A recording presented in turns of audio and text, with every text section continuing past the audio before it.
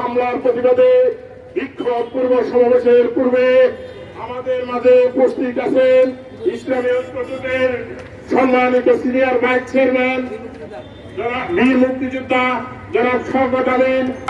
আপনারা জানেন ফিলিস্তিনিতে মুসলমানদের উপর যেভাবে বর্বরচিত হামলা চালানো হচ্ছে তাতে আজকে বাংলাদেশের ধর্মপ্রাণ মুসলমান মানুষের আবেগ অনুভূতিকে আঘাত দিয়েছে। এটা আমাদের বিবেককে নাড়া দিয়েছে। সেই বিবেকের তাড়নায় আজকে আমরা এখানে বিক্ষোভ সমাবেশের আয়োজন করা হয়েছে। আমরা জনগণ এই বিশ্ববাসীকে জানিয়ে দিতে চাই, মুসলমানরা দুর্বল নয়, মুসলমানদের শক্তি আছে। ইমানি শক্তির বলে আমরা ইহুদিদেরকে নিঃশেষ করে দেব। যুগে যুগে মুসলমানরা বিজয় লাভ করেছে, আগামী দিনে ইনশাআল্লাহ মুসলমানরা বিজয় লাভ করবে। আজকের এই সমাবেশ থেকে আমি বলতে চাই, ইহুদিদের যেসব পণ্য আছে সেই পণ্য বর্জন করুন, তাদেরকে অর্থনৈতিকভাবে দুর্বল করে দিতে হবে। আজকে আমরা মুসলমান হয়ে ইহুদিদের পণ্য ব্যবহার করে তাদেরকে অর্থনৈতিকভাবে স্বাবলম্বী করে তুলে দিচ্ছি। এতে তারা শক্তিশালী হয়ে মুসলমানদের প্রতি জুলুম নির্যাতন চালাচ্ছে।